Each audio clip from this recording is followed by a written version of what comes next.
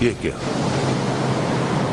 ये वातावरण तो गंडमूल की स्थिति का है, और वो भी अमावस की इस अशुभ घड़ी में। वर्षों पहले भी वातावरण में इसी प्रकार की उत्तेजना प्रकट हुई थी। निश्चय ही ये दानों का हर्षोल्लास है। अवश्य कोई दानव धरती पर प्रकट हुआ है।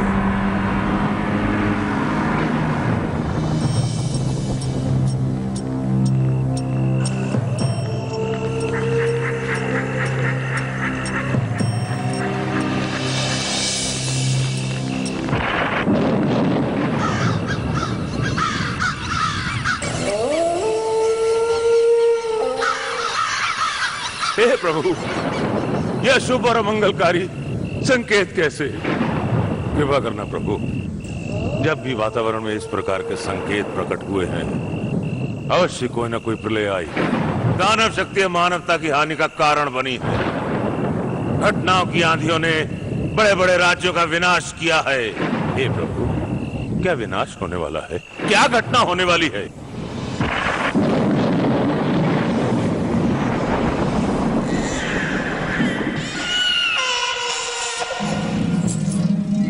बधाई हो महारानी, बधाई हो। इस राज्य को युवराज और आपको बेटे की बधाई हो। आपने कुल दीपक को जन्म दिया है। चंचला, अभी जाकर महाराज को ये शुभ खबर दे दो कि भगवान ने उनकी सुन ली। उनको एक गौरवशाली पुत्र प्राप्त हुआ है। जो आ गया महारानी। जाओ। बधाई हो, बधाई, बधाई हो, बधाई। राजमहल में नन्हे राजकुमार की बधाई हो, बधाई हो। महाराज को बधाई हो। महाराज ये दासी अत्यंत शुभ समाचार लेकर आई है। महारानी पद्मावती ने नन्हे राजकुमार को जन्म दिया है। क्या महारानी ने इस राज्य के उत्तराधिकारी को जन्म दिया है? इस शुभ समाचार के लिए आप राज खजाने से जो भार मांगेंगी आपको अदा किया जाएगा। महाराज की जय हो, महाराज की जय हो। और अब नन्हे राजकुमार को देखने के लिए हमारी आंखें तरस रही हैं।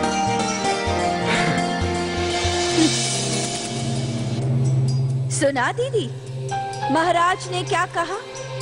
अरे अभी तो हमारे सौत की पुत्र की आंख भी ठीक से नहीं खुली और महाराज ने उसे अपना उत्तराधिकारी घोषित कर दिया। ये नहीं हो सकता, कभी नहीं हो सकता। महाराज की प्रथम पत्नी मैं हूँ, अतः राज सिंहासन पर बैठने का अधिकार केवल मेरे पुत्र भानु प्रताप सिंह का ही है, बस। ऐ मेरे नन्हे राजकुमार, तुम वास्तव में अपने पिता के लिए बहुत भाग्यशाली हो। पद्मा, आज हम बहुत खुश हैं। कहाँ है हमारा राजकुमार? लाइए इसे हमें दीजिए। इसे अपनी बाहों में लेने के लिए हम कब से तड़प रहे हैं।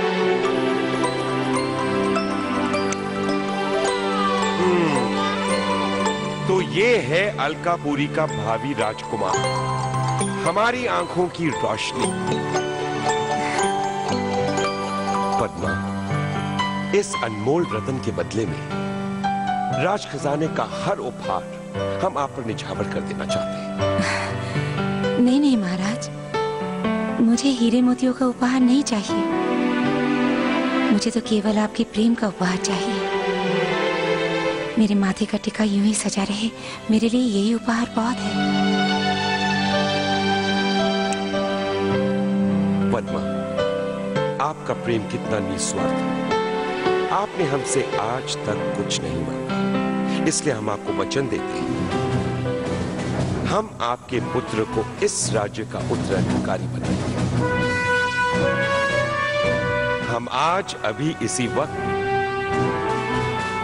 अपने राज्य के ज्योतिष पंडितों से कहेंगे वो हमारे बेटे की जन्म कुंडली बनाएं और कल सुबह हमारे राज दरबार में उपस्थित हो। अलकापुरी नरेश महाराजा प्रताप सिंह की जय हो। जय हो। महाराज, ये बताते हुए मुझे गर्व प्रतीत हो रहा है कि नन्हे राजकुमार की जन्म कुंडली सर्वगुण संपन्न है। मकर राशि में सूर्य और 12वें स्थान में बृहस्पति, ये निसंदेह चक्रवर्ती सम्राट होने के लक्षण है। ऐसी शुभ घड़ी में पैदा होने वाला पुत्र अत्यंत बलवान, शूरवीर और विद्वान होता है जो अपने बल और बुद्धि से सारी दुनिया को अपने चरणों में झुका लेता है। महाराज, मैंने बड़े बड़े राजकुंवर और युवराजों की जन्म कुंडलियां बनाई हैं, मगर ऐसी जन्म कुंडली मैंने आज तक नहीं देखी। युवराज केवल परम प्रतापी योद्धा ही नहीं, परम धर्मात्मा भी सिद्ध होंगे। धर्म और कर्म का ऐसा मिलाप है इस जन्म कुंडली में कि समस्त संसार दंग रह जाएगा। असत्य! आचार्य रुद्रनाथ, ये असत्य है, असंभव है। युवराज की कुंडली से इन बातों का कोई संबंध नहीं है। केवल राजन को प्रसन्न करने के लिए मन से बनाई गई काल्पनिक जन्म कुंडली है ये, क्योंकि इन सबको राजन का डर है, भय है। ये सत्य बोल ही नहीं सकते महाराज। सत्य तो ये है राजन कि ये बालक अति अशुभ घड़ी में पैदा हुआ है। अनिष्टकारी लक्षण है इसकी कुंडली में। सारे अमंगल, सारे संकट ही नहीं, दानव शक्तियां भी हैं इसमें। जनजाति और राष्ट्र का विनाशक होगा ये, क्योंकि ये बालक अमावस की काली छाया से प्रभावित है। आचार्य रुद्रनाथ, राजन, क्रोध में आने की आवश्यकता नहीं है। केवल सच सुनो, सच। सच सदैव कड़वा होता है। मैं ये समाचार सुन के कि राजमहल में एक बालक ने जन्म लिया है, यहाँ आने पर विवश हो गया। राजन अपने इन ज्येष्ठ पंडितों के मुख से युवराज के शुभ लक्षणों को सुनकर जो आप इतने प्रसन्न हो रहे थे, वो युवराज महाविनाशक है। वो आपके और राज्य के संकटों का कारण बनेगा। इस बालक का जन्म उस अशुभ घड़ी में हुआ है जिसमें केवल दुष्ट आत्माएं जन्म लेती हैं। बस आचार्य रुद्रनाथ, बस। अब तुम हर सीमा लांघते जा रहे हो। शांति महाराज, शांति। पहले आप आचार्य महाराज की बात तो सुन लीजिए। सुन तो लीजिए, ये कहना क्या चाहते हैं? महारानी, ये बालक किसका रूप है मैं अच्छी तरह जानता हूँ। यदि आपको मालूम होता तो इस शुभ अवसर की घड़ी पर आप इस तरह की अशुभ बातें नहीं करते। परिणाम क्या है जरा सोच लीजिए। परिणाम आप सोचिए राजन। अगर मेरी बात ना मानने की भूल आपने की, इसलिए मैं फिर आपको चेतावनी देता हूँ कि अपने इस पुत्र से जितनी जल्दी हो सके छुटकारा पालो। छुटकारा पालो? ये बालक कोई अनाथ आश्रम से नहीं लाया गया आचार्य महाराज। ये तो राजकुमार है। आपके कहने का तात्पर्य क्या है? तात्पर्य? तात्पर्य महाराज को सावधान करना है। इससे पूर्व ये बालक राजमहल का विनाश कर दे। इसे राजमहल से बाहर निकाल देना चाहिए। लेकिन ये कैसे संभव है? बालक का मोह मत करो बड़ी रानी। इस पुत्र को त्याग दो। यदि इस बालक को राज से निकाल दिया जाए तो इस पर छाई अनिष्टकारी शक्तियां भी राज से बाहर हो जाएंगी और ये राज दरबार और राष्ट्र विनाश से बच जाएगा। नहीं, ये अनर्थ हमसे नहीं होगा। मैं जानता हूँ राजन कि माता पिता के लिए बालक का त्याग करना कठिन ही नहीं बल्कि असंभव है, किंतु इस बालक का त्याग करना भी अति आवश्यक है। राजन, मैं आपको किसी धर्म संकट में नहीं डालना चाहता, बल्कि आपको प्रमाण देने आया हूं कि आपके पुत्र में दानव शक्तियों का निवास है। क्या प्रमाण है आपके पास? राजन, मैंने अभी तक आपके पुत्र का मुख तक नहीं देखा, किंतु मैं बता सकता हूं कि उसके शीश पर एक गुणा का चिन्ह है।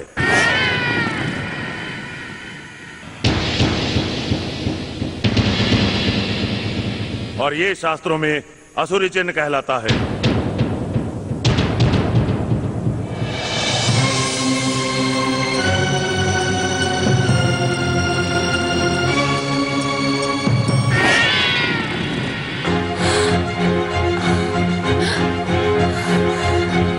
आचार्य महाराज, इसके सिर पे तो वैसे ही निशान है।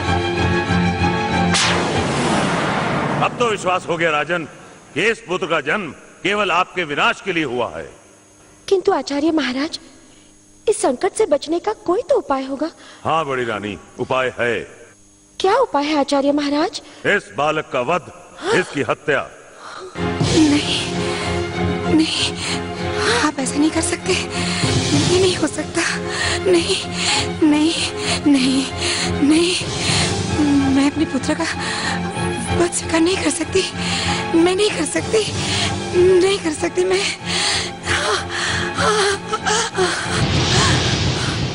मेरी बात मान लीजिए राजन, देर करना आपके और राज्य के लिए अच्छा नहीं होगा। और एक विशेष बात। क्या आचार्य महाराज? विशेष बात यह है महारानी कि जैसे ही आपका पुत्र 3 वर्ष का होगा, यदि उस वक्त इस बालक की दृष्टि आप पर पड़ी तो आप अंधे हो जाएंगे राजन, अंधे हो जाएंगे। फिर दुनिया की कोई शक्ति आपको ठीक नहीं कर पाएगी और आपके दुर्दिन आरंभ हो जाएंगे। ये घोषणा मेरी नहीं, शास्त्रों में लिखी है, जो सदा अटल है, जिसे कोई नहीं काट सकता। अब स्वीकार करना या ना करना आपके ऊपर निर्भर है।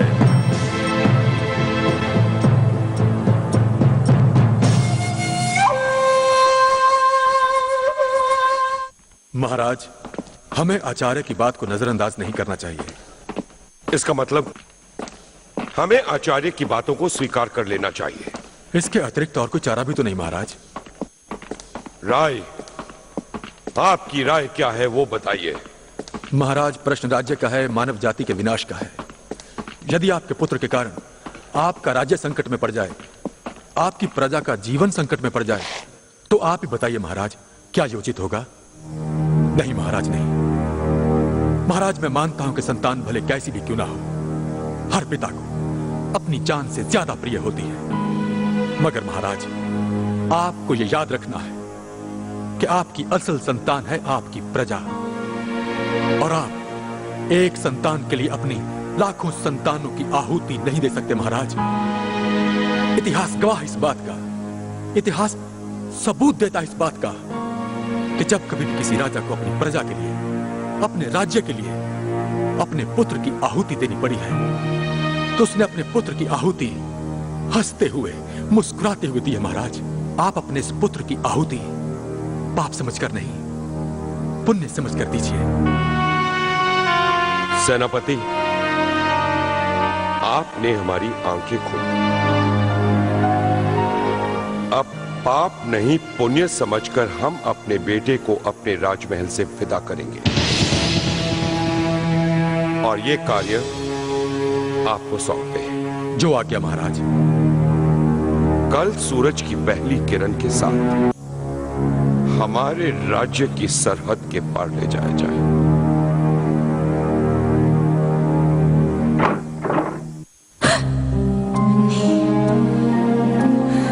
नहीं, ये नहीं जाएगा। आप इस मासूम के साथ ऐसा नहीं कर सकते। इसे इतनी बड़ी सजा आप नहीं दे सकते। एक माँ को अपने बच्चे से अलग नहीं कर सकते। आप इतने निर्दयी, इतने पत्थर कैसे हो गए? ऐसा मत कीजिए। मैं इसके बगैर नहीं जी सकती। मैं मर जाऊंगी, मैं मर जाऊंगी, मैं मर जाऊंगी। राजकुमार जितना आपका पुत्र है उतना हमारा भी है। उसे इस महल से निकालते हुए, एक अनाथ की तरह छोड़ते हुए, उससे माता पिता का हर अधिकार छीनते हुए हमें ज्यादा तकलीफ हो रही है। आचार्य रुद्रनाथ की बात को हम नजरअंदाज नहीं कर सकते। उनकी बात को हमें स्वीकार करना ही होगा। हमें अपने राजकुमार को इस महल से निकालना ही होगा। लेकिन मैं इसे कैसे स्वीकार कर लूं? आपने मुझे अपनी महारानी का दर्जा दिया, मान सम्मान दिया, वो अपार प्रेम दिया जिसकी मैंने कभी कल्पना भी नहीं की थी। लेकिन उसके बदले आप मुझसे इतनी बड़ी कीमत मांगेंगे, ये मैंने कभी नहीं सोचा था, कभी नहीं सोचा था। हम जानते हैं पद्मा, जो अपराध हम करने जा रहे हैं उसके लिए आप अपनी सारी जिंदगी हमें क्षमा नहीं करेंगी। लेकिन फिर बात राजगुरु आचार्य रुद्रनाथ की, उन्होंने जो कहा है वो ग्रहों और नक्षत्रों के आधार पर कहा है।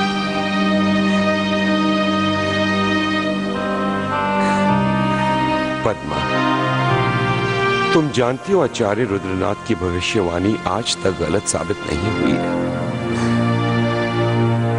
इसलिए हमें अपने पुत्र का त्याग करना ही होगा। क्या ये आपका आखिरी फैसला है? फैसला नहीं, मजबूरी है। हम राजा हैं, अपनी प्रजा के लिए हमारे कुछ कर्तव्य है पद्मा। हमें यह डर नहीं कि हम अंधे हो जाएंगे अपने बेटे की खातिर, लेकिन फिर हम अपनी प्रजा का विनाश नहीं चाहते। ठीक है, आप इसे छोड़ना चाहते हैं, खुशी खुशी छोड़ दीजिए, मगर मैं इसे नहीं छोड़ सकती महाराज। ये बच्चा मेरे जीवन की सारी पूंजी है, इसे मैं नहीं खो सकती। ये जैसा भी है, अभिशाप भी है, अशुभ है, लेकिन है तो मेरा ही बेटा। ये अगर इस महल से निकला तो इसके साथ साथ मैं भी जाऊंगी। ये निर्णय कैसा? पद्मा, तुम हमें छोड़ दोगी? तुम जानती हो हम तुम्हारे बगैर जिंदा नहीं रह सकते। बहुत प्यार करते हैं हम तुमसे। आप मेरे बगैर नहीं जी सकते, और आपको इस एक दिन के बच्चे की बिल्कुल चिंता नहीं है कि ये अपनी माँ के बगैर कैसे जिएगा। इसको कौन थप्पियां देकर सुलाएगा? ये जब ये भूख के लिए तड़पेगा तो इसे दूध कौन पिलाएगा? नहीं पद्मा, तुम हमारा राजमहल छोड़कर नहीं जाओगी, कहीं नहीं जाओगी तुम। नहीं महाराज, मेरा बेटा इस महल से निकाला जाए और मैं यहाँ खुशी खुशी रहूं, ये मुमकिन नहीं। इसके साथ मैं जरूर जाऊंगी, मैं जरूर जाऊंगी, जरूर जाऊंगी मैं। सुजान सिंह, क्या बात है? इस समय आने का कोई विशेष कारण? अत्यंत विशेष कारण है महाराज, अत्यंत विशेष। अन्यथा इस समय आपके विश्राम में बाधा डालने नहीं आता। सब कुशल तो है? नहीं महाराज, नहीं, कुछ भी कुशल नहीं है। आपकी बहन। क्या हुआ हमारी बहन को? आपकी बहन महारानी पद्मावती की जान खतरे में है। सुजान सिंह, तुम जानते हो कि तुम क्या कह रहे हो? क्षमा चाहता हूँ महाराज, किंतु मैं बिल्कुल सच कह रहा हूँ। लेकिन क्यों? क्या कारण है? कारण है उनका पुत्र महाराज। पुत्र? हाँ महाराज। पद्मा ने पुत्र को जन्म दिया और हमें सूचना भी नहीं? कैसे होती महाराज, पुत्र के जन्म लेते ही तो राजमहल में प्रलय आ गई। प्रलय आ गई? वो कैसे? आचार्य रुद्रनाथ की भविष्यवाणी से। क्या भविष्यवाणी की है रुद्रनाथ ने? युवराज के जन्म लेने पर आचार्य रुद्रनाथ ने कहा कि वो बालक महाराज के लिए अशुभ और अमंगलकारी है। वो बालक महाराज के लिए विनाश का कारण है।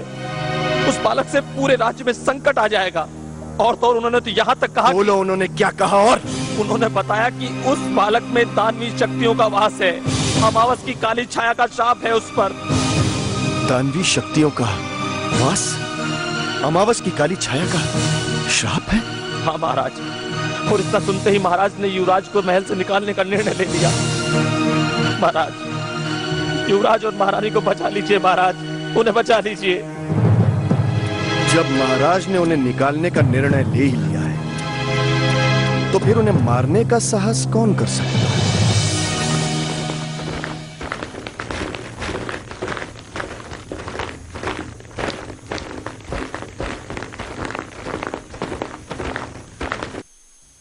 जाकर बग्गी तैयार करो।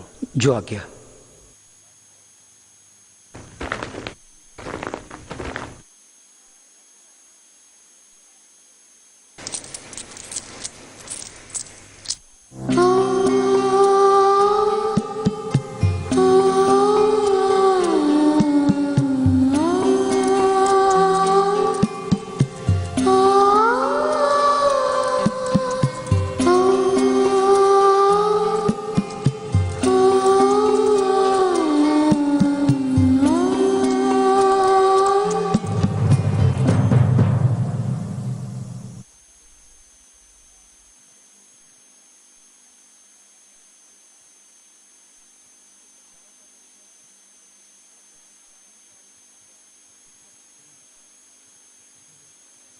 संभवतः ये हमारी अंतिम मुलाकात है।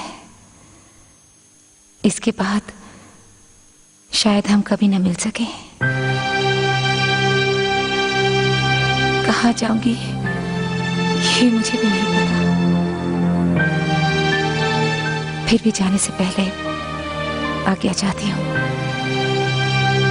अगर अनजाने में मुझसे कोई भूल हो गई हो तो मुझे क्षमा कर दीजिएगा। क्षमा? क्या क्षमा करें आपको? हम तो खुद न्याय के कटघरे में खड़े हैं, फैसला नहीं कर पा रहे।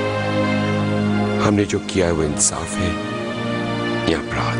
नहीं अलकापुरी नरेश, आपसे क्या अपराध हो सकता है?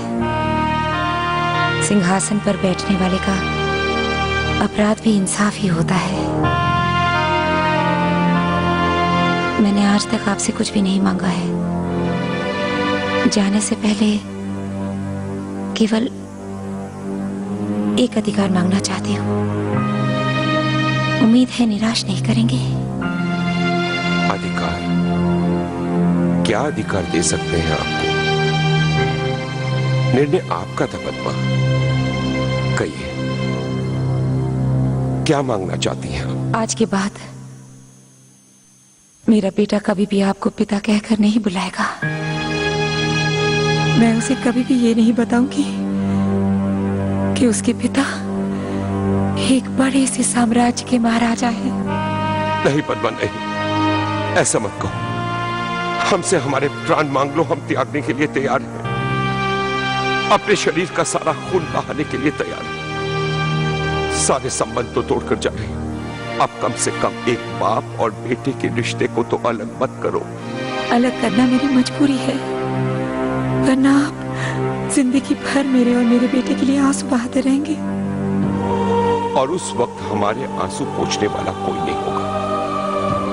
सच तो यह है, हम नहीं चाहते आप राजमहल छोड़कर जाएं। मगर इस वक्त हम यहां एक बाप की नहीं, एक राजा की हैसियत से खड़े हैं और अपनी प्रजा के साथ इंसाफ करना हमारा कर्तव्य है। आज मुझे अपने राजा पर गर्व है।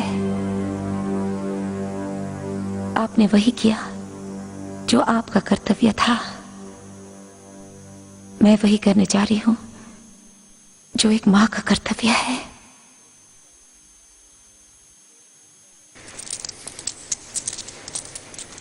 ठहरो पद्मा।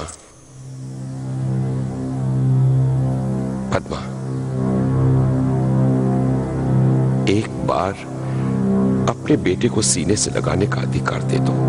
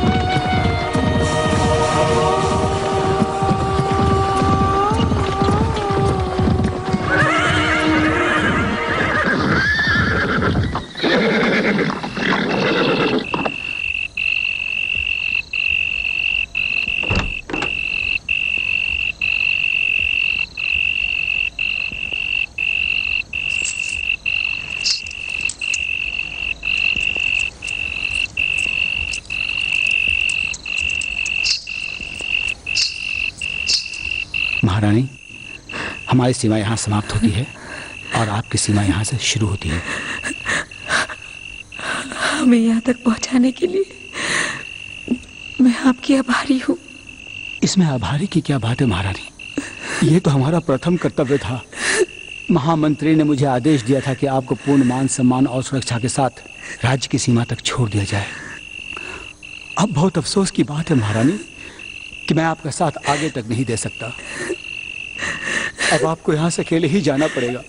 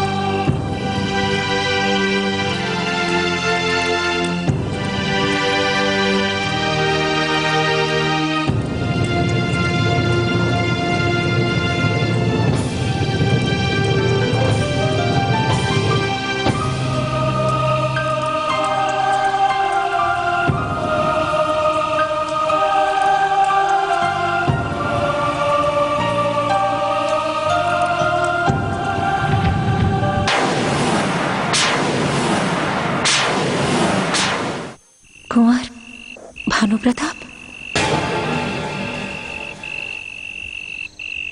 हाँ, मुझे आपका राज दरबार छोड़कर जाना अत्यंत दुखी कर रहा है। आप इस बच्चे के लिए अपना राज दरबार क्यों छोड़ रही हैं? ये मेरी मजबूरी है कुंवर, लेकिन तुमने मेरे दुख को समझा, मुझे अच्छा लगा। किंतु मुझे बहुत दुख हो रहा है। मेरी समझ में नहीं आ रहा कि मैं आपको यहां से किस तरह जीवित भेजूं। नहीं नहीं, ये तुम क्या कह रहे हो कुंवर? मेरे इस सौतेले भाई ने मुझे तुम्हारा शत्रु बना दिया। नहीं कुंवर नहीं, एक भाई दूसरे भाई का शत्रु कैसे हो सकता है? बिल्कुल हो सकता है। जब तुम मेरा राज सिंहासन का अधिकार छीनकर अपने इस बेटे को अधिपति बनाने का सपना देख सकती हो, तो ये कुंवर तुम्हारा शत्रु ही होगा ना? नहीं कुंवर, मैंने कभी नहीं चाहा कि मेरा बेटा राजमहल का अधिकारी बने। अगर कोई भी लालच होता तो मैं यूं जंगलों में भटकती नहीं अपने बेटे को सीने से लगाकर। मैं राजमहल कभी नहीं छोड़ती। कुंवर, राज सिंहासन के पहले उत्तराधिकारी तुम हो। राजपाट सब तुम्हें मिले कुंवर। मुझे कुछ नहीं चाहिए, केवल अपना बेटा चाहिए बस। नहीं, तुमने सुना नहीं कि पंडित रुद्रनाथ ने भरी सभा में क्या कहा? इस बालक को नष्ट कर दो। नहीं कुंवर नहीं, तुम ऐसा नहीं करोगे। तुम ऐसा नहीं कर सकते। ये मासूम है, निर्दोष है। एक भाई दूसरे भाई का कत्ल करेगा? हाँ। नहीं।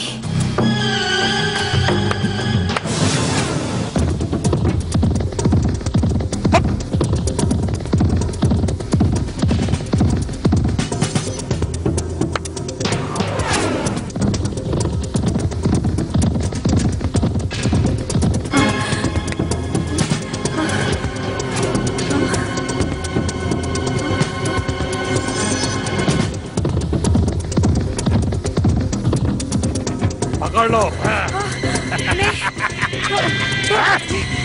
छोड़ो, छोड़ो मुझे, छोड़ो।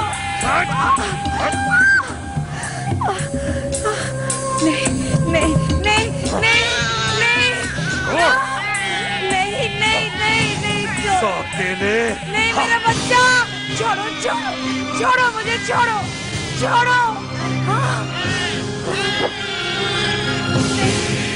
नीचे। नहीं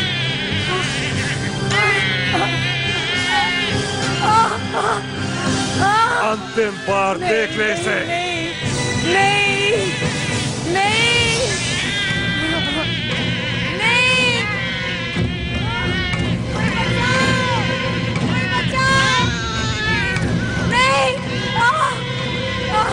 ये मेरा राज्य छीनेगा। नहीं नहीं नहीं नहीं ना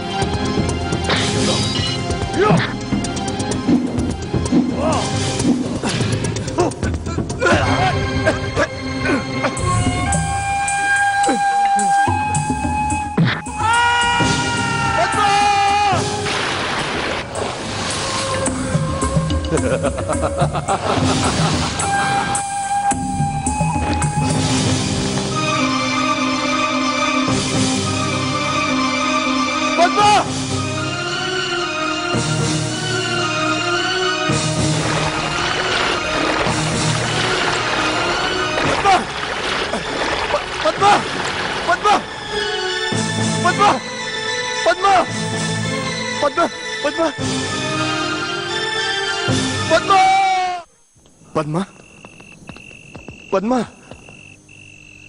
बाबा, हाँ? बाबा पद्मा को होश क्यों नहीं आ रहा? इसे होश में लाइए बाबा, इसे होश में लाइए। धीरज रखो वीरसेन, धीरज रखो। मैं जो भी प्रयास कर रहा हूं सब असफल हो रहा है, किंतु इस बात का विश्वास दिलाता हूं कि महारानी को होश अवश्य आएगा। चेतन बूटी मिल जाती तो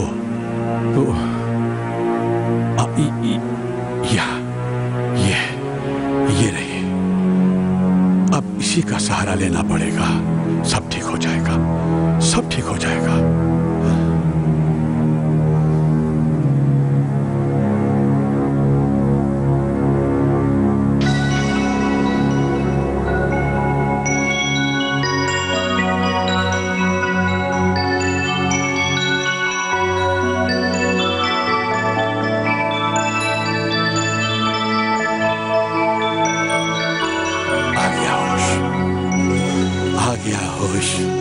वीरसेन, महारानी को होश आ गया। पद्मा, मेरी बहन, होश आ गया। पद्मा, तुम बिल्कुल ठीक हो, सुरक्षित हो, तुम्हें कुछ नहीं हुआ। भगवान ने तुम्हें बचा लिया। तुम पूरी सुरक्षा के साथ अपने घर वापस आ गई हो। तुम्हारे दुश्मनों की चाल नाकाम हो गई पद्मा, नाकाम हो गई। मेरा बच्चा, मेरा बच्चा, हाँ मेरा बच्चा, मेरा बच्चा कहाँ है? हत्यारों ने मार डाला उसे। पद्मा, मेरा बच्चा, तुम्हारा बच्चा बिल्कुल ठीक है। वो देखो ना, देखो देखो, तुम्हारा बच्चा बिल्कुल ठीक है। इसे कुछ नहीं हुआ पद्मा, इसे कुछ नहीं हुआ।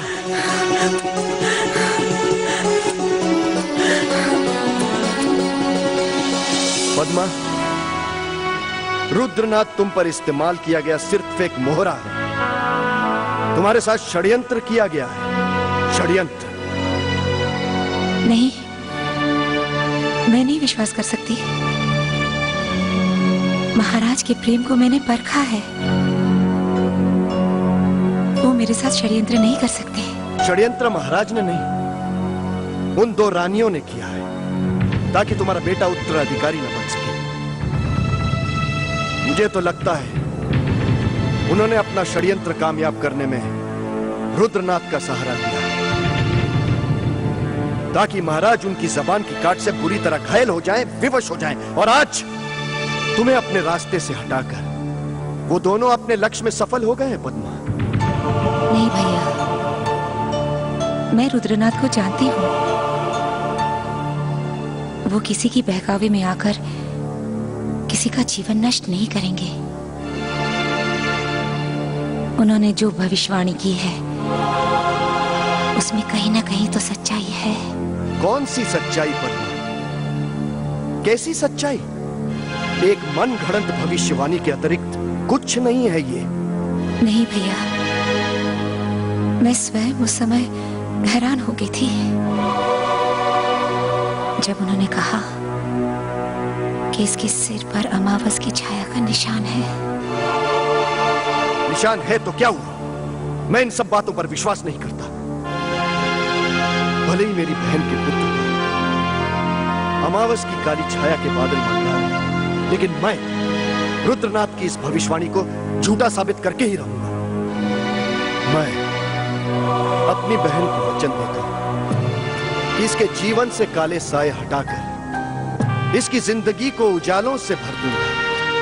ऐसी चमक, ऐसी रोशनी दूंगा इसे कि महाराज की आंखें भी चकाचौंध रह जाएंगी। पद्मा, इसके बाजुओं में इतनी शक्ति भर दूंगा कि यह अपना अधिकार स्वयं हासिल करेगा। सुंदर वन का ये नन्हा राजकुमार आज से वनराज के नाम से जाना जाएगा।